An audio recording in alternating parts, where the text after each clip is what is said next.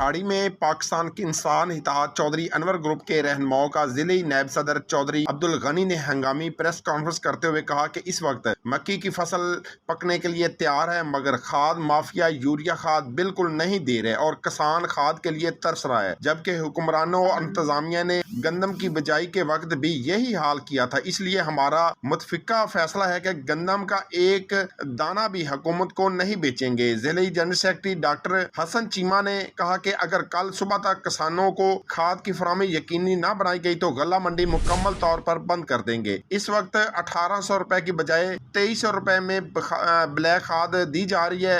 गर्मी की शिद्दत से फसलें सूख रही हैं, जबकि लोड शेडिंग का दौरानिया भी बढ़ा दिया गया है। खाद डीलर माफिया बनकर किसानों का इस्तेसाल कर रहे हैं, जो किसी भी सूरत कबूल नहीं। उन्होंने कहा कि यूरिया खाद के साथ DAP की शर्त किसी सूरत कबूल नहीं, जबकि खादों को वेयर हाउस से निकाल कर खुद किसानों में तकसीम करेंगे।